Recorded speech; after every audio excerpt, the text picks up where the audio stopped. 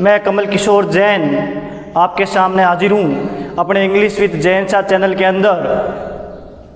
अपन पढ़ रहे हैं प्रेजेंट इंडेफिनिट टेंस। अपना टेंस का टॉपिक चल रहा है और अपन पिछले 2 वीडियो लेक्चर से प्रेजेंट इंडेफिनिट टेंस को पढ़ रहे हैं। प्रेजेंट इंडेफिनिट टेंस के जो वीडियो लेक्चर का भाग ए था, जो पार्ट 1 था, उसके अंदर हमने प्रेजेंट इंडेफिनिट टेंस और टेंस दोनों का इंट्रोडक्शन देखा था और साथ ही प्रेजेंट इंडेफिनिट टेंस का यूज कहाँ कहाँ किया जाता है वो हमने सीखा था। और इसके दूसरे भाग के अंदर पार्ट बी के अंदर हमने जो है सेंटेंस फॉर्मेशन को शुरू किया था कि प्रेजेंट इंडेफिनिट टेंस के सेंटेंसेज को कैसे बनाया जाता है। उस पार्ट बी के अंदर हमने सेंटेंस फॉर्मेशन के अंदर सीखा था sentence without an action verb, यानी किसी मुख्य क्रिया के बिना अगर कोई वाक्य है जो प्रेजेंट इंडेफिनिट टेंस में होता है वो कैसे बनता है, उसको हमने सीखा था।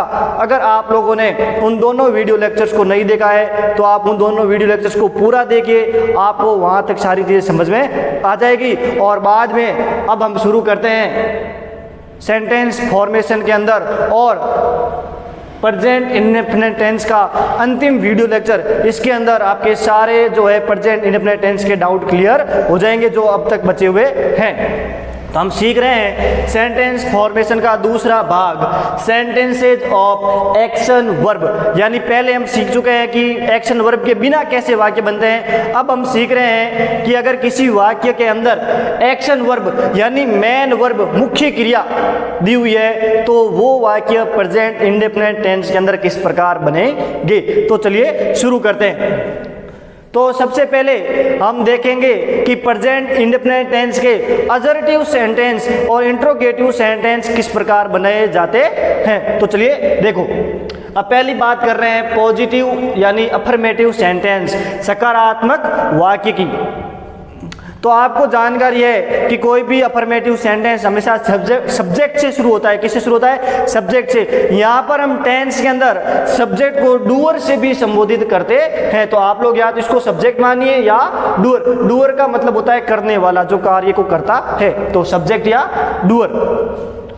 अब सब्जेक्ट के बाद में वर्ब, किसकी बात हो रही है? वर्ब। वर्ब की फर्स्ट फॉर्म, ठीक है, प्लस एस या ईएस। अभी यहां पर देखिए मैं आपको पूरा बताने वाला हूं। तो डूअर प्लस वर्ब की फर्स्ट फॉर्म प्लस एस या ES plus object plus dot dot dot. तो इस लाइन का क्या मतलब है मैं आपको विस्तार से अब समझा रहा हूं। देखिए, वाक्य को सबसे पहले डूअर से शुरू करना है। डूअर या सब्जेक्ट अफर्मेटिव सेंटेंस बना रहे हैं, किससे शुरू करना है? प्रेजेंट इंडेफिनिट टेंस के अंदर डूअर से शुरू करना है। डूअर को शुरू करने के बाद यहां पर वर्ब का प्रयोग होता है। किसका प्रयोग होता है? वर्ब का। अब मैं बताऊंगी वर्ब 2 प्रकार। अब आप सीख चुके हैं, आपको मालूम है, वर्ब वाला वीडियो आपने देखा होगा तो उसके अंदर वर्ब को विस्तार से समझाया हुआ है, लेकिन टेंस के हिसाब से मैं यहां पर आपको वापस जो है साथ में बताता चलता हूं। देखिए, एक अपन बात करेंगे यहां पर वर्ब के अंदर हेल्पिंग वर्ब की। किसकी बात करने वाले हैं? हेल्पिंग वर्ब की। और एक बात करने वाले हैं अपन मेन वर्ब की। वर्ब के अंदर किसकी बात करने वाले हैं? हेल्पिंग वर्ब और मेन वर्ब। अब मैं बता दूं कि प्रेजेंट इंडेफिनिट टेंस के अंदर जो हेल्पिंग वर्ब होती है वो 2 प्रकार की होती है। कितने प्रकार की होती है? 2। एक होती है डू और एक होती है डज। अभी इसको याद करते रहिए, प्रेजेंट इंडेफिनिट टेंस में हेल्पिंग वर्ब कौन सी होती है? डू और डज। मेन वर्ब का प्रयोग होता है मेन वर्ब की फर्स्ट फॉर्म का। किसका प्रयोग होता है? मेन वर्ब की फर्स्ट फॉर्म का। तो यहां पर आपको ये चीजें समझ में आ गई होगी। लेकिन मैं अब आपको बता दूं कि प्रेजेंट इंडेफिनिट टेंस के अफर्मेटिव सेंटेंस के अंदर हेल्पिंग वर्ब डू और डज का प्रयोग नहीं किया जाता है। इस चीज को आप ध्यान में रखिए कि जब भी प्रेजेंट इंडेफिनिट टेंस का अफर्मेटिव सेंटेंस बनाएंगे तो उसमें हेल्पिंग वर्ब डू और डज का प्रयोग नहीं करेंगे, सीधे किसका प्रयोग करेंगे? वर्ब की फर्स्ट फॉर्म का। किसका करेंगे? वर्ब की फर्स्ट फॉर्म का। और उसके साथ में क्या जोड़ेंगे? एस या ईएस। क्या जोड़ेंगे? एस या ईएस। तो क्या हो गया? Doer plus verb. Helping verb का प्रयोग अफर्मेटिव में नहीं करना है, सीधा क्या करना है? वर्ब की फर्स्ट फॉर्म प्लस एस या ईएस। अब यहाँ पर एक डाउट हो सकता है कि कौन सी वर्ब के साथ एस लगेगा और कौन सी वर्ब के साथ ईएस लगेगा।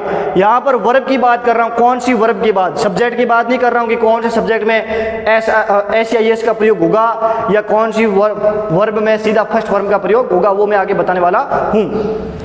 तो पहले बात करते हैं कौन सी मेन वर्ब्स के अंदर एस लगता है और कौन सी मेन वर्ब्स के अंदर ईएस लगता है। तो मैं आपको बता दूं कि जिन वर्ब्स के पीछे S, double S, C H, S H, O, X और जेड हो, क्या हो, S, double S, C H, S H, O, X या जेड, इनके साथ हमेशा जब एस या एस जोड़ते हैं तो दोनों में से जुड़ता है ईएस। क्या जुड़ता है?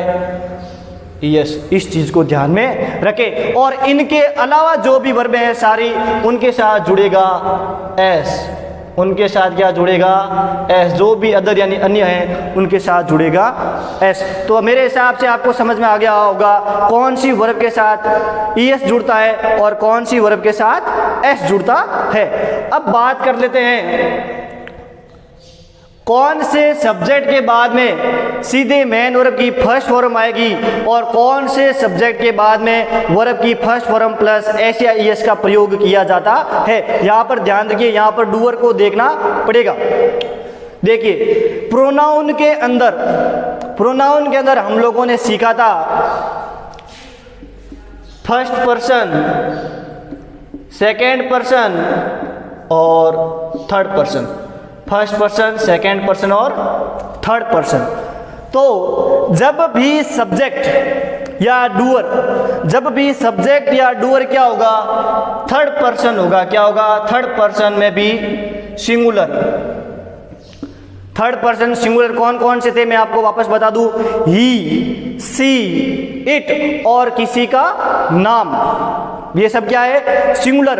अगर डूअर ये है ही, सी, इट और अगर किसी का नाम, तो उसके साथ प्रेजेंट इंडेफिनिट टेंस में अफर्मेटिव सेंटेंस में वर्ब की फर्स्ट फॉर्म प्लस एस या ईएस का प्रयोग किया जाएगा। किसका प्रयोग किया जाएगा? वर्ब की फर्स्ट फॉर्म प्लस एस या ईएस का प्रयोग किया जाएगा। मेरे हिसाब से आपको ये समझ में आ गया होगा। अब पीछे बचा फर्स्ट पर्सन, सेकेंड पर्सन और थर्ड पर्सन का प्लूरल यानी दे। इन सब के साथ सीधा का सीधा किसका प्रयोग किया जाएगा? वर्ब की फर्स्ट फॉर्म का प्रयोग किया जाएगा। थर्ड पर्सन प्लूरल में भी किसका प्रयोग किया जाएगा? वर्ब की फर्स्ट फॉर्म का प्रयोग किया जाएगा। तो मेरे हिसाब से आपको समझ में आ गया होगा। यहाँ पर दो चीजें बड़ी इंपॉर्टेंट थी कि कौन से डूअर यानी कौन से पर्सन के साथ सीधे मेन वर्ब की फर्स्ट फॉर्म लगती है और कौन से पर्सन के साथ, कौन से डूअर के साथ फर्स्ट फॉर्म प्लस एस या ईएस लगती है। और आपको ये भी समझ में आ गया होगा कि कौन सी वर्ब के साथ एस जुड़ता है और कौन सी वर्ब के साथ ईएस जुड़ता है। तो ये सारी जो बातें थी ये थी प्रेजेंट इंडेफिनिट के अफर्मेटिव सेंटेंस के अंदर। तो समझ में आ गया होगा। ध्यान रखें कि पॉजिटिव सेंटेंस के अंदर हेल्पिंग वर्ब डू और डज का प्रयोग नहीं होता है, वो फर्स्ट फॉर्म प्लस एस या ईएस के रूप में छुपी हुई रहती है। आपको समझ में आया होगा। ध्यान रखें, अपने दिमाग को स्थिर रखें, प्रत्येक चीज को अलग अलग देखें। जैसे मैंने बताया आपको सारा समझ में आ जाएगा।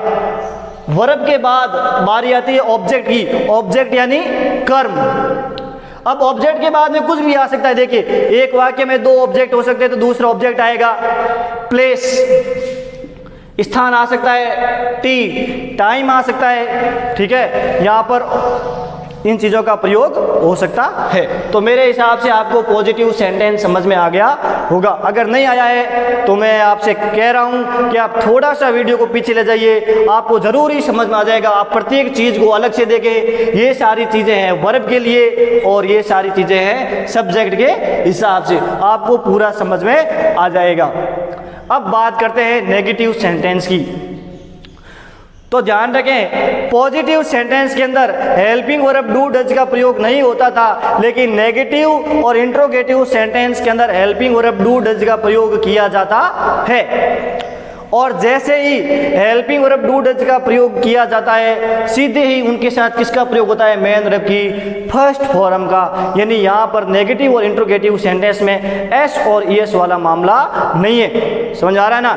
केवल अफर्मेटिव सेंटेंस में ही एस और ईएस वर्ब के पीछे लगता है। कब लगता है? जब वो भी थर्ड पर्सन सिंगुलर सब्जेक्ट हो। बाकी पूरे टेंस के अंदर एस या ईएस का प्रयोग नहीं किया जाता है। यहाँ पर नेगेटिव और इंट्रोगेटिव में सीधे क्या लगेगी, मेन वर्ब की फर्स्ट फॉर्म। तो नेगेटिव के अंदर क्या हो जाएगा, वाक्य डूअर से शुरू हो जाएगा, हेल्पिंग वर्ब डू और डज लग जाएगी, इनके बाद में लग जाएगा यहाँ पर नॉट लग जाएगा, बाद में मेन वर्ब की फर्स्ट फॉर्म आ जाएगी, फिर ऑब्जेक्ट आ जाएगा और फिर ये बारी सारी चीजें है ही।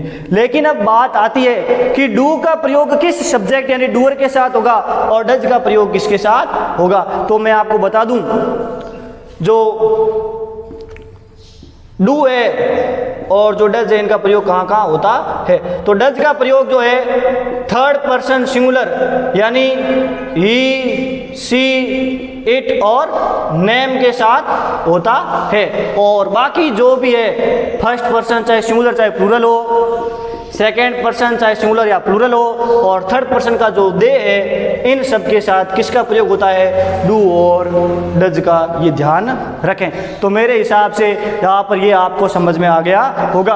अगर आपको first person, second person, third person क्या होता है ये समझ में नहीं आया हुआ है तो आप मेरा पार्ट ऑफ स्पीच का प्रोनाउन वाला वीडियो देखें। वहाँ पर आपको सारे प्रोनाउन और first person, second person, third person क्या होता है सारा समझ में आ जाएगा। वहां पर मैंने अच्छी तरीके से समझाया हुआ है। तो आपको मालूम ही है हेल्पिंग वर्ब का प्रयोग होते ही हेल्पिंग वर्ब के बाद में नकारात्मक वाक्य में नॉट का प्रयोग हो जाता है और सीधे मेन वर्ब की फर्स्ट फॉर्म का प्रयोग हो जाएगा। उसके बाद में दूसरी सारी चीजें।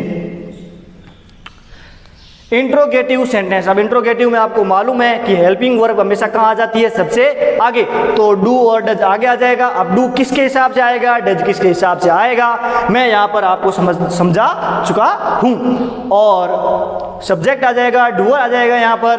अगर वो इंट्रोगेटिव नेगेटिव है तो यहाँ पर नॉट का प्रयोग कर देना है, और अगर नहीं है तो यहाँ पर नहीं होगा, वर्ब की फर्स्ट फॉर्म आ जाएगी सीधे ही, ठीक है। और ऑब्जेक्ट आ जाएगा और जो भी सारी चीज़ें यहाँ पर लिख देनी है और अंत में क्या लगा देना है, प्रश्नवाचक चिन्ह। तो मेरे हिसाब से आपको अजर्टिव और इंट्रोगेटिव सेंटेंस कैसे बनेंगे इनका फॉर्मेशन यहाँ पर समझ में आ गया होगा। अगर नहीं आया है तो आप कमेंट में लिखिए, मैं इनका एक अलग से वीडियो भी बनाकर डाल दूंगा।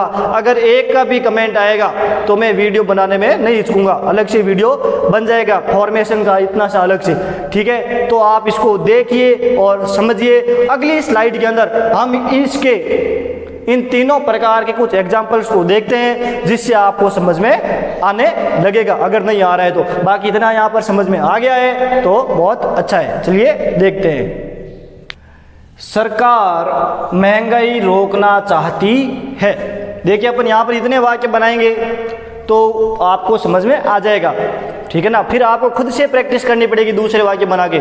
यहाँ पर मैं आपको अगर 5 वाक्य समझा रहा हूँ और आपने अगर इनको ध्यान से देख लिया तो मेरी गारंटी है, मैं कह सकता हूँ कि आप अधिक से अधिकतम प्रेजेंट इंडेफिनिट वाले वाक्य बना सकते हैं। यहाँ पर देखिए, सरकार महंगाई रोकना चाहती है। तो आपको केवल 2 चीज़ें ध्यान रखनी है वाक्य बनाते समय, कि वाक्य किस प्रकार का है और वाक्य का फॉर्मेशन क्या है। यहाँ पर समझते रहिए। तो वाक्य जो है पॉजिटिव है, अफर्मेटिव है, तो यहाँ पर आपको क्या करना है, वाक्य किससे शुरू करना है, डूअर से। तो डूअर क्या है, सरकार, द गवर्नमेंट। अफर्मेटिव सेंटेंस में हेल्पिंग वर्ब डू डज का प्रयोग नहीं होता है, तो सीधा मेन वर्ब की फर्स्ट फॉर्म प्लस एस या ईएस। तो वांट, वांट यानी चाहना। अब तो गवर्नमेंट क्या है, थर्ड पर्सन सिंगुलर, तो एस या ईएस लग जाएगा, ठीक है। तो वांट और इसके साथ एस लगेगा, ईएस अभी बताया था, SHCHOXZS हो तभी ईएस लगता है। यहाँ पर ये सारी चीजें नहीं है तो सीधा क्या लग गया, एस। The government wants। अब देखिए यहाँ पर एक चीज समझिए, अगर यहाँ पर एक आया हुआ है रोकना, क्या आया हुआ है, रोकना, ये भी एक प्रकार की एक्शन वर्ब है। क्या है, एक्शन वर्ब। अगर यहाँ पर ये रोकना नहीं होती तो अपन सीधा महंगाई लिख के कुछ वाक्य दूसरा बना देते, लेकिन यहाँ पर इस वाक्य के अंदर दो एक्शन वर्ब आ गई। देखिए सिंगल एक्शन वर्ब वाला तो आप बना सकते हैं सीधा फॉर्मेशन से, लेकिन यहाँ पर कितनी एक्शन वर्ब आ गई? दो। तो यहाँ पर क्या करना पड़ेगा, इस दूसरी एक्शन वर्ब को इस वाक्य में लगाने के लिए यहाँ पर टू लगाना पड़ेगा, और यहाँ पर रोकने के लिए मीनिंग आएगी चेक, CHECK।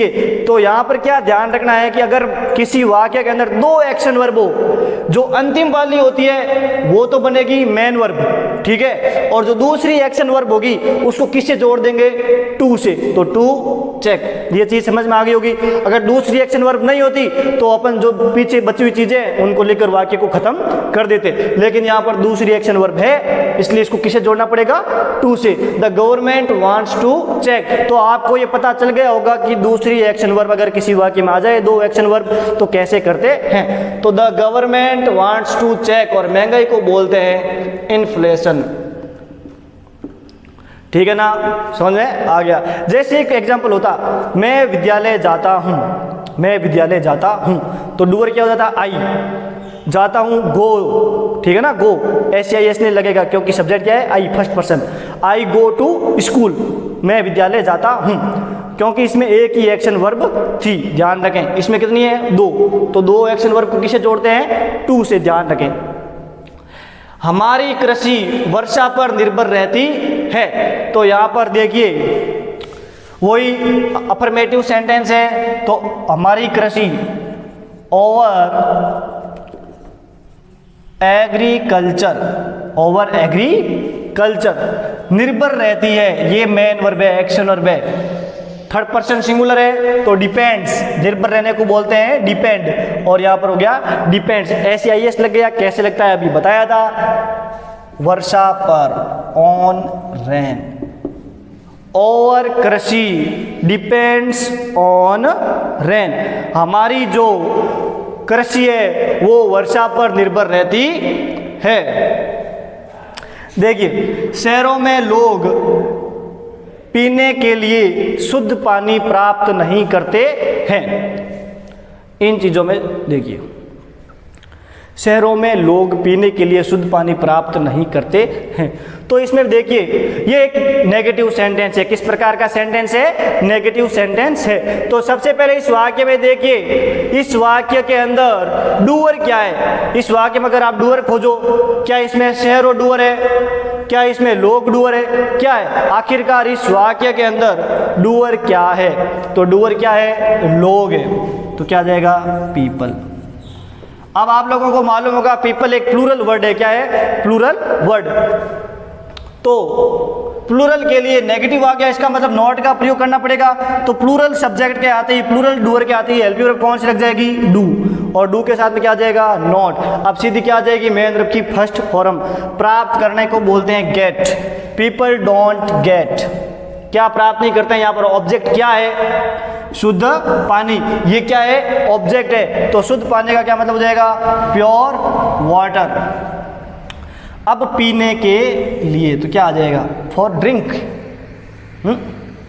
बिल्कुल नहीं। देखिए मैं आप एक चीज बता रहा हूं, किसी वाक्य में क्रिया प्लस ना, क्रिया प्लस के लिए, ठीक है, क्रिया प्लस ना, क्रिया प्लस के लिए, और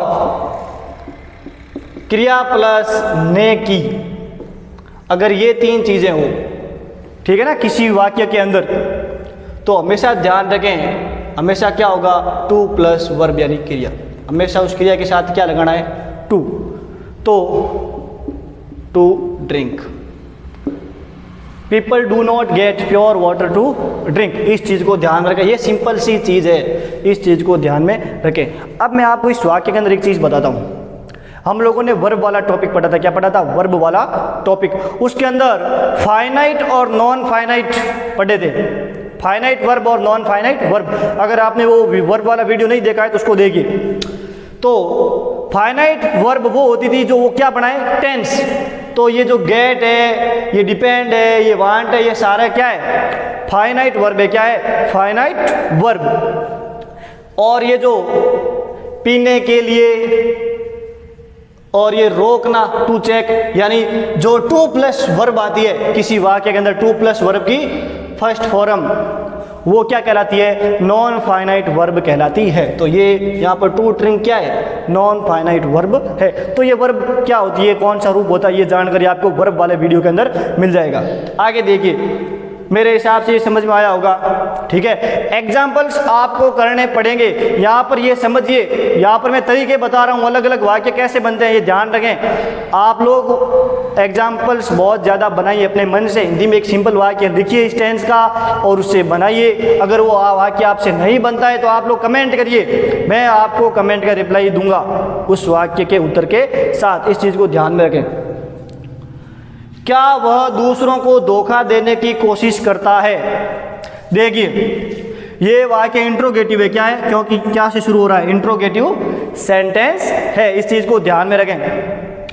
तो इंट्रोगेटिव सेंटेंस हमेशा हेल्पिंग वर्ब से शुरू किया जाता है। तो हेल्पिंग वर्ब कौन सी लगेगी? अब देखना पड़ेगा डूअर क्या है। तो डूअर है वह एक थर्ड पर्सन सिंगुलर है। थर्ड पर्सन सिंगुलर प्रोनाउन है, आपको पता होना चाहिए। तो इसके साथ हेल्पिंग वर्ब क्या आएगी? डज, और सब्जेक्ट क्या आ जाएगा? ही। अब कोशिश करता है, वर्ब की फर्स्ट फॉर्म, फॉर्मेशन ध्यान में रखिए। तो ट्राई। अब धोखा देने की, ये दूसरा वर्ब देख लो, ठीक है, या देने की देख लो, ठीक है। टू प्लस वर्ब की first form, he does he try to cheat, और दूसरों को तो आ जाएगा अदर्स, और इंट्रोगेटिव मार्क लगा देना। तो मेरे हिसाब से आपको समझ में आया होगा। डूअर, दूसरों को, ऑब्जेक्ट, धोखा देने की ये सेकंड वर्ब मान लो, या फिर नॉन फाइनाइट वर्ब और ऑब्जेक्ट अदर्स यहाँ पर कर्ता ने कर्म को। तो मेरे हिसाब से ये सारा समझ में आ गया होगा। मैं एक कंप्यूटर चलाना जानता हूं। अब सिंपल है, मैं के लिए क्या आ जाएगा? आई। अब आई फर्स्ट पर्सन सिंगुलर प्रोनाउन है, तो आई के साथ क्या आएगा? महेंद्र की सीधे ही फर्स्ट फॉर्म आ जाएगी, SIS नहीं लगेगा। वापस भूल गए हो तो थोड़ा पीछे जाके देखिए। तो आई जानने के लिए बोलते हैं नो, चलाना ऑपरेट, ये दूसरी है तो क्या इसको टू से जोड़ देते हैं? चलाना जानता हूं, ठीक है। नॉन फाइनाइट वर्ब, दूसरी वर्ब कंप्यूटर। लेकिन साथियों, ये वाक्य पूरी तरीके से सही नहीं है, इस चीज को ध्यान में रखें। ये वाक्य पूरी तरीके से सही नहीं है। अब मैं यहाँ पर एक नई जानकारी आपको दे रहा हूं, ध्यान रखना। अगर आप प्रेजेंट इंडेफिनिट या कोई ऐसा वाक्य बना रहे हैं जिसके अंदर आप बता रहे हैं कि आप किसी क्रिया को करना जानते हैं, आप ये सूचना दे रहे हैं दूसरों को कि मैं यह कार्य करना जानता हूं, तो आपको ध्यान रखना है कि आपको उस वाक्य के अंदर हाउ टू का प्रयोग करना है। किसका प्रयोग करना है? हाउ, और ये टू यहाँ पर आया हुआ है। किसका प्रयोग करना है? How to. I know how to operate a computer, मैं एक कंप्यूटर चलाना जानता हूं। समझ में आ रही है? क्या प्रयोग करना है आपको? हाउ टू का प्रयोग करना है। वापस बता देता हूं, अगर आप किसी कार्य को करना जानते हैं और वो इस वाक्य के अंदर अपन बता रहे हैं, तो किसका प्रयोग करना है? हाउ टू का प्रयोग करना है। अब आपको पता चल गया होगा किसका प्रयोग कहाँ और कैसे किया जाता है। तो मेरे हिसाब से आपको ये एग्जाम्पल समझ में आए होंगे। कोई डाउट है, कोई वर्ड्स ऊपर नीचे हुआ है तो आप कमेंट करिए, मैं आपको उसी कमेंट के रिप्लाई में आपका डाउट क्लियर कर दूंगा। अब देखिए, और भी प्रकार के प्रेजेंट इंडेफिनिट का उपयोग कहाँ किसे कैसे वाक्यों में किया जाता है, अपन पढ़ते हैं। अब हम सीख रहे हैं सेंटेंसेज शोइंग कंपल्सन। कंपल्सन का मतलब होता है अनिवार्यता। ऐसे वाक्य जो अनिवार्यता प्रदर्शित करते हैं कि ये कार्य तो होना ही पड़ता है या करना ही पड़ता है, कोई कंपल्सन अगर दिखा रहा है तो वो वाक्य किस में बनेगा? प्रेजेंट इंडेफिनिट टेंस, अगर वो वर्तमान समय का है। तो आप लोग अगर किसी वाक्य के अंत में पढ़ता है, पढ़ती हैं, पढ़ते हैं। अगर ऐसे वर्ड देखते हैं तो ये मान लो हिंदी की पहचान है, ऐसा समझ लो। अगर किसी वाक्य के अंत में पढ़ता है, पढ़ती हैं, पढ़ते हैं, तो वो किस में बनेगा? प्रेजेंट इंडेफिनिट टेंस में। कैसे बनेगा अभी सीखेंगे। अगर यहाँ पर मान लो पढ़ता था, पढ़ती थी, पढ़ते थे हो जाता तो वो पास्ट इंडेफिनिट टेंस के अंदर बनेगा, क्योंकि था, थे, थी भूतकाल को प्रदर्शित करते हैं। जैसे मुझे हॉस्टल में खुद कपड़े धोने पड़ते हैं, ठीक है। मुझे ऑफिस जाने के लिए गाड़ी या टैक्सी किराए पर लेनी पड़ती है। तो कोई कार्य की अनिवार्यता अपन किसी में बता रहे हैं, प्रेजेंट इंडेफिनिट टेंस में वो वाक्य बनेगा। इस चीज को ध्यान में रखें। तो क्या होगा देखिए कैसे बनेगा। अपन ने अब तक बनाया, उनमें और इन वाक्यों में क्या फर्क है। तो उनमें और इनमें फर्क इतना है कि इन वाक्यों के साथ इन पढ़ता है, पढ़ती है के लिए हैज टू और हैव टू का प्रयोग करना पड़ेगा। किसका प्रयोग करना पड़ेगा? हैज टू और हैव टू का प्रयोग इनके साथ में करना पड़ेगा।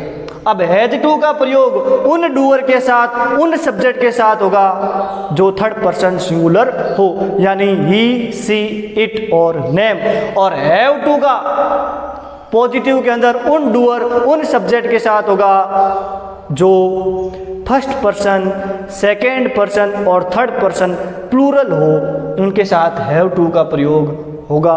और वर्ब की सीधे फर्स्ट वर्ब लगेगी, फिर बाद में ऑब्जेक्ट और जो भी पीछे बचा हुआ है। नेगेटिव के अंदर अपन ने सेंटेंस विदाउट एक्शन वर्ब के अंदर हैज और हैव का प्रयोग सीखा था। जब उनका नेगेटिव बनाते थे तो नेगेटिव के लिए अपन डू नॉट और डज नॉट का प्रयोग करते थे। उसी प्रकार यहाँ पर भी हैज टू और हैव टू को जब नेगेटिव बनाएंगे तो डज नॉट और डू नॉट का प्रयोग होगा। और मेरे हिसाब से आप लोग सीख गए हैं कि डज नॉट किस सब्जेक्ट के साथ आएगा और डू नॉट किस सब्जेक्ट के साथ आएगा। वापस बता दूं, थर्ड पर्सन सिंगुलर के साथ डज नॉट और बाकी सबके साथ डू नॉट। और हैज टू और हैव टू में केवल क्या हो जाएगा? हैव टू, क्योंकि केवल वर्ब की फर्स्ट फॉर्म आएगी। और हैव, हैड, हैड ये एक वर्ब होती है तो सीधा हैव टू आएगा और वर्ब की फर्स्ट फॉर्म प्लस ऑब्जेक्ट वगैरह जो भी पीछे बचा हुआ है। इंट्रोगेटिव में वही है, डू और डज आगे आ जाएगा, प्लस डूअर हो जाएगा, प्लस हैव टू हो जाएगा, प्लस वर्ब की फर्स्ट फॉर्म हो जाएगी, प्लस ऑब्जेक्ट और पीछे जो बचा हुआ है। अगर आपने यहाँ पर लिखे हुए इन तीन एग्जाम्पल को समझ लिया तो आप इन हैज टू, हैव टू यानी सेंटेंस शोइंग कंपल्सन, अनिवार्यता, सेंटेंस शोइंग कंपल्सन अनिवार्यता प्रदर्शित करने वाले वाक्यों को आप कहीं भी करने में नहीं चूकेंगे। इस चीज़ को ध्यान में रखना, चाहे वो छोटा से छोटा हो, चाहे कितना ही बड़ा और कठिन क्यों ना हो। तो देखिए, हमें कुछ पाने के लिए कुछ खोना पड़ता है। आप फॉर्मेशन को रटना नहीं है, आपको ध्यान रखें। अगर आप फॉर्मेशन को लेके बैठ गए रटने के लिए तो कभी भी नहीं बना पाओगे। आपको दो तीन चीजें किसी भी वाक्य को बनाने के लिए ध्यान में रखनी है। पहला, वो कौन से टेंस का है, और दूसरा वो किस प्रकार का है, एक्शन वर्ब या विदाउट एन एक्शन वर्ब। वो वाक्य स्वतः ही बनने लगेगा। आपको केवल ध्यान रखना है कि वाक्य चलता कैसे है। अफर्मेटिव, डूअर, वर्ब, ऑब्जेक्ट और बाकी की चीजें। Negative, doer, helping verb, not, main verb, object, बाकी चीजें। इंट्रोगेटिव में हेल्पिंग वर्ब आगे, डूअर, मेन वर्ब और बाकी सारी चीजें पीछे। बस यही सारी चीजें। आपको फॉर्मेशन रटनी नहीं है, आपको क्या करना पड़ेगा, आपको एग्जाम्पल्स करने पड़ेंगे, तभी आपके दिमाग में चीजें बैठेगी। चलिए देखते हैं। हमें कुछ पाने के लिए कुछ खोना पड़ता है, ये कौन सा वाक्य है? Sentence showing compulsion. देखिए, तो डूअर क्या है? हमें को क्या लिखेंगे? वी। अब हैज टू आएगा या हैव टू, कंपल्सन दिखाने के लिए हैज टू और हैव टू का प्रयोग करना पड़ेगा। तो ये प्लूरल है तो आ जाएगा हैव टू, और सीधे वर्ब की फर्स्ट फॉर्म खोना पड़ता है, खोने को बोलते हैं lose. We have to lose, object क्या है? कुछ, समथिंग। अब एक और है, कुछ पाने के लिए। ने के लिए बताया था नॉन फाइनाइट वर्ब। तो टू गेट, पाने के लिए क्या? कुछ, समथिंग। वेरी इजी, बहुत इजी है, ठीक है। अगर इसका नेगेटिव बनाना है तो क्या बन जाएगा? वी के साथ डू नॉट आ जाएगा, ठीक है। डज नॉट नहीं आएगा, पता है ना आप लोगों को। तो we do not have to lose something to do, to get something. ये ध्यान रखें। हमारे सैनिकों को देश की सीमा की रक्षा करनी पड़ती है। तो डूअर क्या है? हमारे सैनिक। ओवर सोल्जर्स बहुवचन है, करनी पड़ती है कंपल्सन है, तो क्या आ जाएगा? हैज टू और हैव टू में से हैव टू क्या करनी पड़ती है? रक्षा करनी पड़ती है। तो यहाँ पर रक्षा के लिए कर सकते हैं अपन डिफेंड, ठीक है ना, बचाने के लिए, या प्रोटेक्ट का भी प्रयोग कर सकते हैं, ठीक है। डिफेंड और प्रोटेक्ट में से कुछ भी प्रयोग कर सकते हैं। Our soldiers have to defend किसकी? देश की सीमा की। तो the borders of the country, देश की सीमा। तो मेरे हिसाब से आपको समझ में आ रहा है, केवल ये हैव टू एक अलग से लग रहा है, बाकी सारी चीजें वो की वो है। उसे ऑफिस जाने के लिए कोई टैक्सी किराए पर नहीं लेनी पड़ती है। तो उसे के लिए कौन से डूअर, कौन से प्रोनाउन का प्रयोग होगा? ही का प्रयोग होगा। किसका प्रयोग होगा? ही का। तो ही। अब आप लोग देखेंगे तो ये नेगेटिव है, नहीं आ गया, तो डू नॉट या डज नॉट में से किसी का उपयोग करना पड़ेगा। तो डू नॉट आएगा या डज नॉट? ये थर्ड पर्सन सिंगुलर है, तो आपको याद आ गया होगा कि यहाँ पर क्या आएगा? Does not. और नॉट का प्रयोग होता ही हैज टू का तो चांस ही नहीं बनता है। अगर ये अफर्मेटिव होता, अगर नहीं यहाँ पर नहीं होता तो क्या हो जाता? ही हैज टू, क्योंकि ये थर्ड पर्सन सिंगुलर है। लेकिन ये नेगेटिव हो गया तो डज नॉट आ गया। डज नॉट आते ही हैव टू क्या करना पड़ता है? किराए पर लेना पड़ता है। तो किराए पर लेने के लिए बोलते हैं हायर। क्या बोलते हैं? हायर। कोई टैक्सी, एनी टैक्सी। ऑफिस जाने के लिए नॉन फाइनाइट वर्ब ने के लिए, तो क्या लिख जाएगा? To go to office. देखिए ये टू गो तो आपको पता है कैसे आया? नॉन फाइनाइट से क्रिया प्लस ना, क्रिया प्लस के लिए, जैसे के लिए। अब ऑफिस से पहले टू, ये प्री पोजीशन है। क्या है? Pre position. मैं यहाँ पर आपको बता दूं, अपन किसी गंतव्य तक जा रहे हैं तो उस गंतव्य से पहले टू प्री पोजीशन का प्रयोग किया जाता है। तो प्री पोजीशन कौन कौन से होते हैं एक वीडियो के अंदर मैंने समझाया था, ठीक है, उस वीडियो को आप देख लेना। तो मेरे हिसाब से आपको ये सेंटेंसेज शोइंग कंपल्सन की चीज समझ में आ गई होगी। देखिए आपको एग्जाम्पल्स खुद करने पड़ेंगे, इस चीज को ध्यान में रखें। समझ में आ रहा है ना? एक वीडियो लेक्चर के अंदर 50 एग्जाम्पल नहीं करा सकते हैं। तो अगर आपको कोई है ऐसा सेंटेंस जो आपसे नहीं बन रहा है तो आप कमेंट बॉक्स में उस सेंटेंस को लिख दीजिए, मैं आपको उसका रिप्लाई, उसका उत्तर वहीं पर दे दूंगा। इस चीज को ध्यान में रखें।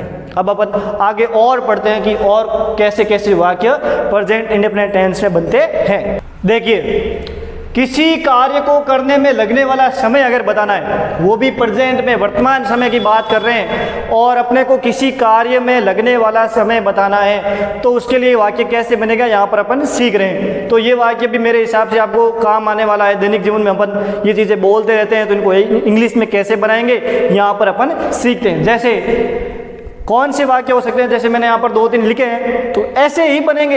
एग्जाम्पल्स आप अपने मन से लिखिए और उसको इंग्लिश में बनाइए। कोई भी डाउट है तो कमेंट करिए। मुझे घर पहुँचने में आधा घंटा लगता है, ये भी अपन बोलते हैं दैनिक जीवन में। तो मेरी पत्नी को खाना पकाने में केवल 1 घंटा लगता है। अगर आपको किसी कार्य को करने में लगने वाला समय बताना है, वो भी प्रेजेंट में, वर्तमान समय में, तो वाक्य कैसे बनेगा देखना। ये वाक्य जो होगा ये हमेशा शुरू होगा इट टेक्स से। इट टेक्स, एस लगेगा टेक के पीछे। इट टेक्स पर्सन यानी जो भी व्यक्ति है उसको लिखना।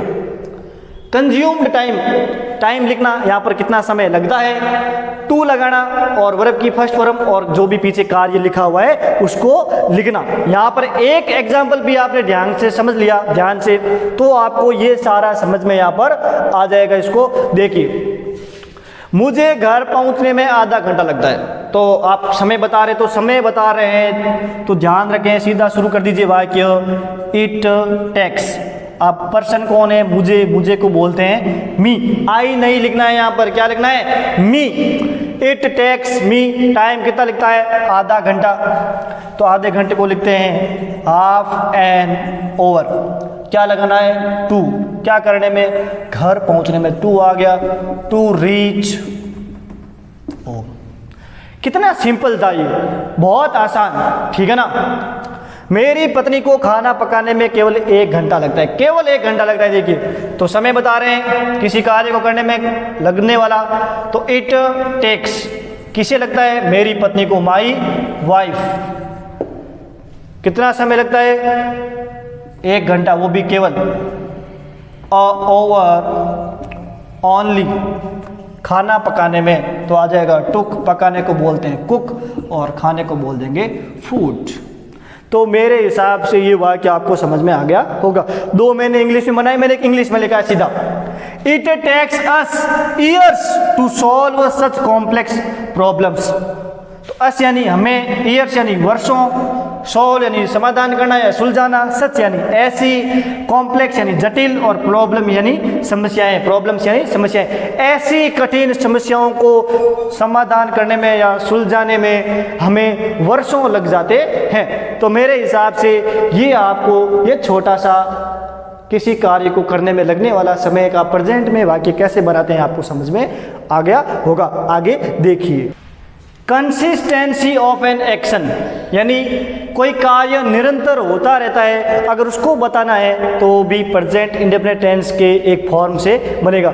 यानी कोई कार्य दैनिक जीवन में कोई करता रहता है या हम करते रहते हैं, उसको बताना है, जो कार्य अपने जीवन में चलता रहता है निरंतर, तो उस प्रकार के वाक्य कैसे बनेंगे यहाँ पर अपन सीखने वाले हैं। तो वो वाक्य अपन एग्जाम्पल देख लो, जैसे हमारे देश के प्रधानमंत्री विदेशी यात्राओं पर जाते रहते हैं। अब हमारे देश के प्रधानमंत्री है तो ये कार्य निरंतर चलता रहता है कि वो विदेशी यात्राओं पर जाते रहते हैं। हम ऐसी कहानियां अनेक पत्रिकाओं में पढ़ते रहते हैं। हम कोई कहानियां हैं जो अनेक पत्रिकाओं को पढ़ते रहते हैं, वह कुछ न कुछ करता रहता है। तो अभी अपन एग्जाम्पल इनको डिटेल से देखने वाले हैं। उससे पहले मैं आपको बता देता हूं कि इसका फॉर्मेशन क्या है।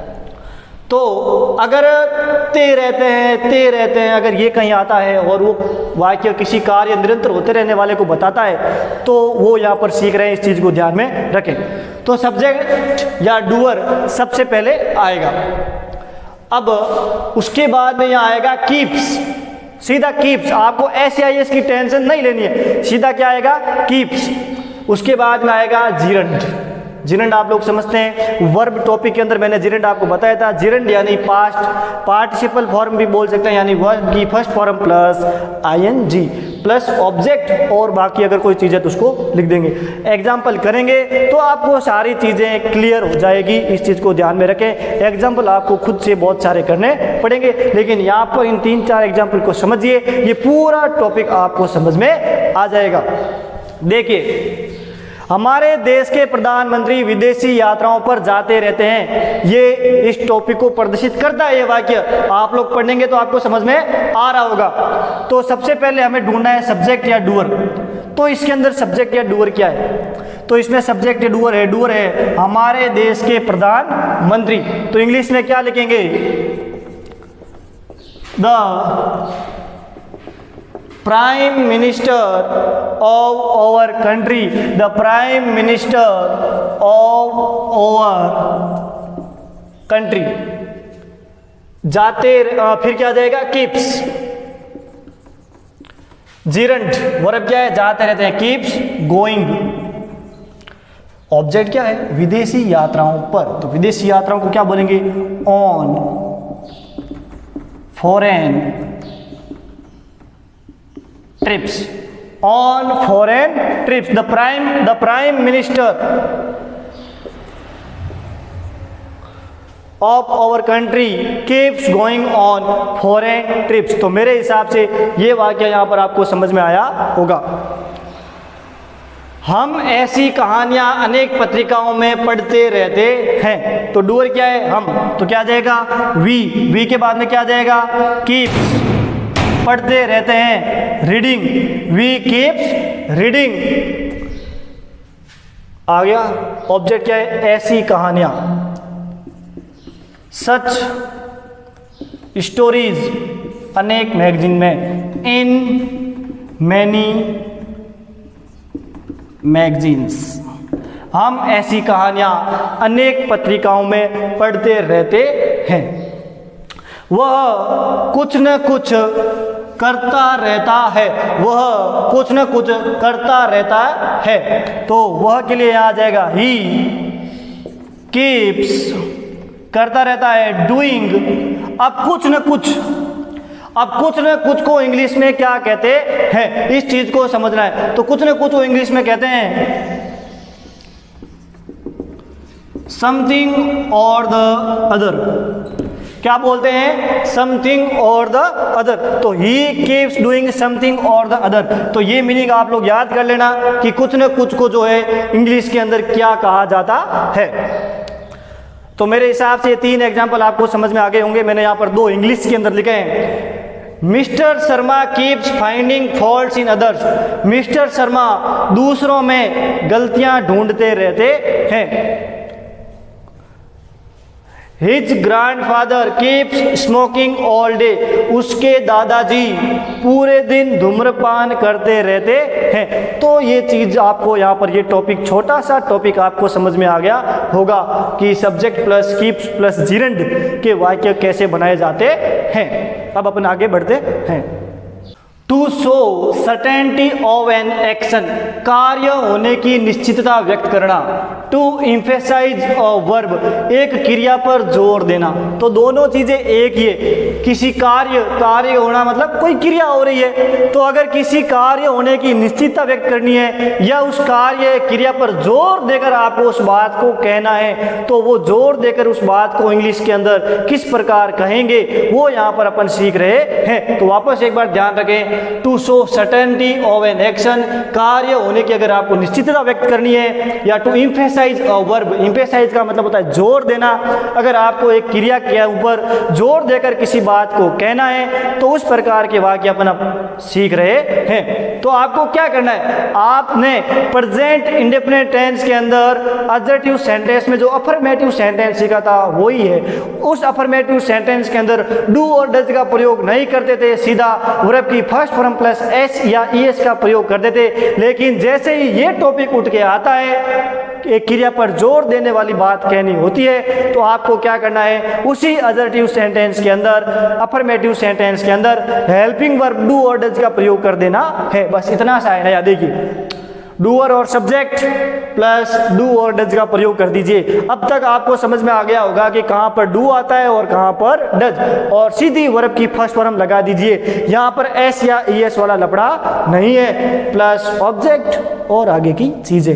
तो केवल क्या करना है, डू और डज को अफर्मेटिव सेंटेंस में जोड़ दीजिए और सीधे वर्ब की फर्स्ट फॉर्म लगा दीजिए। आपका ये टॉपिक क्लियर, कोई ज्यादा हार्ड नहीं है। देखिए करते हैं, 2 एग्जाम्पल करेंगे, पूरा टॉपिक समझ में आ जाएगा। एग्जाम्पल्स आप बहुत करिए अपने मन से बनाकर, डाउट है तो कोई कमेंट बॉक्स में लिखिए। वह खाना तो स्वादिष्ट ही पकाती है। अपन पकाने पर जोर दे रहे हैं कि वो तो खाना स्वादिष्ट ही पकाती है, एक क्रिया पर जोर दे रहे हैं। देखिए कैसे बनेगा, डूअर कौन है, वह, पकाती है मतलब स्त्रीलिंग है तो क्या आ जाएगा, सी। क्या आ जाएगा, डू और डज में से थर्ड पर्सन सिंगुलर है तो क्या आ जाएगा, डज। वर्ब की फर्स्ट फॉर्म कुक, और she does cook food delicious. She does cook food delicious. क्या हो गया, वह खाना तो स्वादिष्ट ही पकाती है। स्वादिष्ट को इंग्लिश में क्या बोलते हैं, डिलीशियस। मैं तो इसे जानता ही हूं, मैं के लिए क्या आ जाएगा, आई के साथ डू और डज में से क्या आ जाएगा, डू। जानने को क्या बोलते हैं, नो, और इसे या उसे के लिए अपन बोल देते हैं him, I do know him. तो मेरे हिसाब से आपको समझ में आ गया होगा कि ये वाक्य किस प्रकार बनते हैं। यहां पर देखिए, Mr Sharma does beat some students in the class. Does beat मतलब एम्फेसाइज वाला है, यहाँ पर बीट यानी पीटना, सम स्टूडेंट्स यानी कुछ विद्यार्थियों को, इन द क्लास यानी क्लास में, कक्षा में, कि मिस्टर शर्मा कुछ विद्यार्थियों को कक्षा में तो पीटते ही हैं, कि मिस्टर शर्मा का तो रोज का काम है, ठीक है ना, कि मिस्टर शर्मा कुछ विद्यार्थियों को कक्षा में पीटते ही हैं। तो मेरे हिसाब से ये टॉपिक, ये छोटा सा टॉपिक भी आपको समझ में आ गया होगा।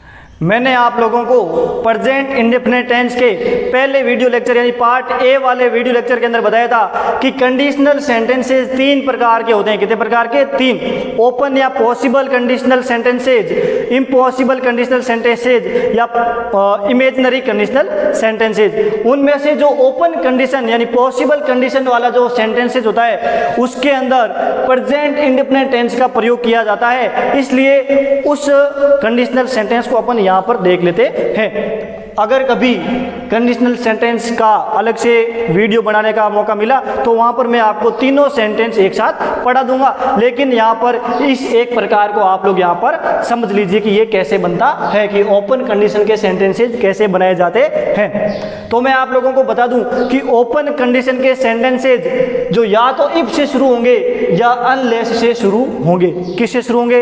इफ या अनलेस। इफ का मतलब होता है यदि और अनलेस का मतलब होता है जब तक कि नहीं। अर्थ समझ में आ गए होंगे? इफ यानी यदि और अनलेस का मतलब होता है जब तक कि नहीं। उसके बाद में आएगा सब्जेक्ट और सब्जेक्ट के बाद में लगेगा प्रेजेंट इंडेफिनिट टेंस, यानी अफर्मेटिव सेंटेंस है तो वर्ब की फर्स्ट फॉर्म प्लस एस या ईएस, और नेगेटिव सेंटेंस है तो डू और डज के साथ में नॉट प्लस वर्ब की फर्स्ट फॉर्म। अब ये तो आपको समझ में आ ही गए हैं कि एस या ईएस कब लगते हैं, डू डज का प्रयोग कहाँ होता है और कैसे होता है। उसके बाद में एक और कॉमा लगने के बाद एक और सब्जेक्ट प्लस विल और शैल या कैन या मे प्लस वर्ब की फर्स्ट फॉर्म प्लस ऑब्जेक्ट, यानी ये किस टेंस का हो जाएगा? फ्यूचर इंडेफिनिट टेंस का, विल और शैल होने के कारण। ये कैन और मे मॉडल का भी प्रयोग हो सकता है, लेकिन ओपन कंडीशन के सेंटेंस में कहा जाता है कि जो पहला क्लोज होता है यानी पहला जो वाक्य है वो कहलाता है एडवर्ब क्लोज। क्या कहलाता है? Adverb close. ध्यान रखें, ठीक है। और जो दूसरा वाक्य कहलाता है ये कहलाता है मैन क्लोज। क्या कहलाता है? Man close. ये होती है कंडीशन और ये होता है रिजल्ट, यानी ये होगी शर्त और यहाँ होगा परिणाम। तो मेरे हिसाब से आपको समझ में आ गया होगा। एक बार वापस बता दूं कि जो एडवर्ब क्लोज होता है उसको बोलते हैं कंडीशन, यानी इस क्लोज के अंदर शर्त बताई जाती है वाक्य की, और इस मैन क्लोज के अंदर वाक्य का परिणाम बताया जाता है। क्या बताया जाता है? परिणाम, यानी रिजल्ट। तो यहाँ पर आप लोगों को ये चीज यहाँ तक समझ में आ गई होगी कि ओपन कंडीशन का सेंटेंस का फॉर्मेशन क्या है। इफ या unless plus subject plus present indefinite tense plus object comma subject plus future indefinite या कैन या मे प्लस वर्ब की फर्स्ट फॉर्म प्लस ऑब्जेक्ट, ये ओपन कंडीशन के सेंटेंस का फॉर्मेशन है। तो मेरे हिसाब से आपको फॉर्मेशन समझ में आ गया होगा। अब एग्जांपल देखते हैं। देखिए, इफ यू वर्क हार्ड, अगर या यदि तुम कठिन परिश्रम करते हो, यू विल अचीव सक्सेस, तुम सफलता प्राप्त करोगे। तो यहाँ पर क्या है? ये तो है कंडीशन। आपको क्या करनी पड़ेगी? कठिन परिश्रम, और ये रिजल्ट है फ्यूचर का कि तुम सफलता प्राप्त करोगे। तो आप लोगों को ये चीज यहाँ पर वापस समझ में आ रही होगी। इफ ही खाली जगह इनवाइट मी, आई खाली जगह अटेंड द फंक्शन। ये एक अपन बनाते हैं। देखिए, इफ ही, तो इनवाइट का क्या हो जाएगा? इनवाइट्स मी। अगर वह मुझे आमंत्रित करता है तो मैं फंक्शन को, कार्यक्रम को अटेंड कर लूंगा, उसमें भाग ले लूंगा। तो क्या जाएगा? आई के साथ आता है सेल। ये फ्यूचर टेंस के अंदर पढ़ेंगे कि विल का प्रयोग कहाँ होता है और सेल का प्रयोग कहाँ होता है, लेकिन मैं आपको बता दूं आई और वी के साथ सेल का प्रयोग किया जाता है और बाकी दूसरे सब्जेक्ट के साथ विल का प्रयोग किया जाता है फ्यूचर इंडेफिनिट टेंस के अंदर। तो आई के साथ सेल और मेन की फर्स्ट फॉर्म अटेंड का अटेंड। तो ये एग्जाम्पल आपको समझ में आया होगा। अगर एक भी एग्जाम्पल आपको समझ में आ गया होगा ना इसके अंदर, तो आप सारे वाक्य कर सकते हैं। ये गारंटी है, आप सारे वाक्य कर सकते हैं। ये तो था अफर्मेटिव। मान लो नेगेटिव बनाना पड़ जाए, यहाँ पर इनवाइट से पहले नॉट लगा हुआ आ जाए तो वाक्य नेगेटिव हो गया। तो इफ ही, तो ही के साथ क्या आ जाएगा? नेगेटिव में डज, डज के बाद में लग जाएगा नॉट, और वर्ब की फर्स्ट फॉर्म क्या हो जाएगी? केवल इनवाइट, एस का प्रयोग नहीं होगा। और यहाँ पर भी क्या बन जाएगा? नेगेटिव, कि यदि वह मुझे आमंत्रित नहीं करता है तो मैं फंक्शन को अटेंड नहीं करूंगा, यही होगा ना। तो आई शैल नॉट हो जाएगा। तो ये चीज आपको समझ में आ गई होगी। अब यहाँ पर देखते हैं, अनलेस यू, अनलेस का मतलब जब तक कि नहीं, यू यानी तुम, तो यहाँ पर वर्ब की फर्स्ट फॉर्म आ गई वापस, unless you work hard, you will आ जाएगा यहाँ पर। अब देखिए ये क्या था, विल आ गया, तुम फेल हो जाओगे। देखिए अनलेस का जब अर्थ करते हैं तो वो होता है जब तक कि नहीं, यानी अनलेस के अर्थ में ही नहीं आ गया तो वापस नॉट का प्रयोग नहीं किया जाता है। तो आप लोग ध्यान रखें, अगर किसी वाक्य में अनलेस का प्रयोग कर रहे हैं तो उसके अंदर नॉट का प्रयोग वापस नहीं करते हैं। अगर यहाँ पर नॉट का प्रयोग कर ही नहीं रहे हैं, इसका मतलब डू और डज तो वापस आएगा ही नहीं, क्योंकि डू और डज का प्रयोग नेगेटिव में कब आएगा, जब नॉट आएगा तो नॉट से पहले। तो सीधा क्या लग जाएगी, वर्ब की फर्स्ट वर्ब। इस चीज को ध्यान में रखें। और यहाँ पर कोई एक्शन वर्ब तो है नहीं, तो सीधा विल लगा के काम चला लेंगे, तुम फेल हो जाओगे। ठीक है, यू विल फेल, असफल होना। या फिर आप लोग ये मानिए यही क्या है, मेन वर्ब है, यू विल फेल। मानना क्या है, यही है, ध्यान में रखें। तो मेरे हिसाब से आप लोगों को ये समझ में आ गया होगा इफ और अनलेस वाला वाक्य कैसे बनता है, ओपन कंडीशन का सेंटेंस कैसे बनता है, ये चीज आपको समझ में आ गई होगी। तो ये समझने के बाद आपका पूरा प्रेजेंट इंडेफिनिट टेंस यहाँ पर खत्म होता है।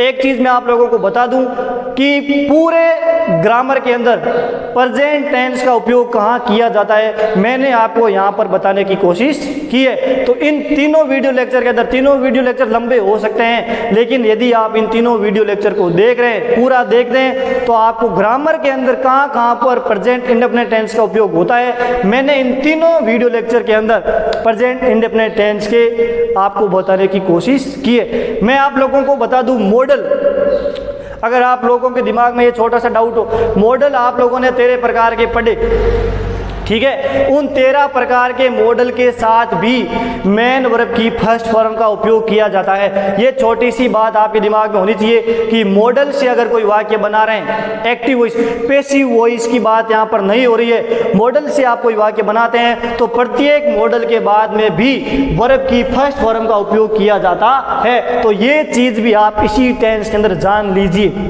अब मॉडल से वाक्य कैसे बनेंगे वो मॉडल वाले टॉपिक के अंदर अपन पूरा विस्तार से सीखेंगे। तो मेरे हिसाब से आपका ये प्रेजेंट इंडेफिनिट टेंस क्लियर हो चुका है। अगर आपके दिमाग में कोई डाउट है तो आप कमेंट में लिखिए। आपसे कोई सेंटेंस नहीं बन रहा है तो वो भी आप कमेंट में लिखिए, मैं उसका जो रिप्लाई है बहुत जल्दी आपके कमेंट में करूंगा। तब तक अब मिलेंगे हम लोग अगले वीडियो लेक्चर के अंदर, जिसमें हम पढ़ने वाले हैं प्रेजेंट कंटिन्यूअस टेंस। तो मैं मिलता हूं आपको अगले वीडियो लेक्चर में प्रेजेंट कंटिन्यूअस टेंस के साथ। तब तक आप इस वीडियो को देखिए, अगर आपको पढ़ाया हुआ समझ में आ रहा है तो लाइक करिए, आप वीडियोज के रिव्यूज को कमेंट करिए, आप मेरे चैनल को सब्सक्राइब करिए। आपके साथी दोस्त अगर कोई पढ़ने वाले हैं तो उनके साथ मेरे चैनल को, मेरे वीडियोज को शेयर करिए और उनको इस चैनल को, English with Jain Shah channel को सब्सक्राइब करने के लिए बोलिए। तो मैं मिलता हूं अगले वीडियो लेक्चर में, तब तक के लिए धन्यवाद। राम राम, जय जिनेंद्र। अपने इस English with Jain Shah YouTube channel के अलावा भी टेलीग्राम ऐप के अंदर आप लोग यूज करते होंगे टेलीग्राम ऐप को, उसके अंदर मेरा एक चैनल है इसी नाम से, इंग्लिश विद जैन शाह। ध्यान रहे, ग्रुप नहीं है, चैनल है जहां पर मैं रोज इंग्लिश के ग्रामर के क्वेश्चंस डालता हूं। समझ में आ रहा है ना, वहां पर क्वेश्चन डालता हूं, ऐसे क्वेश्चन जिसमें ABCD 4 ऑप्शन होते हैं और उन 4 ऑप्शन में से आपको एक सही ऑप्शन चूज करना होता है, वहां पर रोज डालता हूं। तो आप अगर मेरे वीडियोस देखने के बाद उन क्वेश्चन को सॉल्व करेंगे तो आपकी ग्रामर जो है और अच्छी होती रहेगी। आप उस ग्रुप को, उस टेलीग्राम चैनल को, English with Jain Shah channel को टेलीग्राम ऐप के अंदर सर्च करिए और उसको ज्वाइन करिए।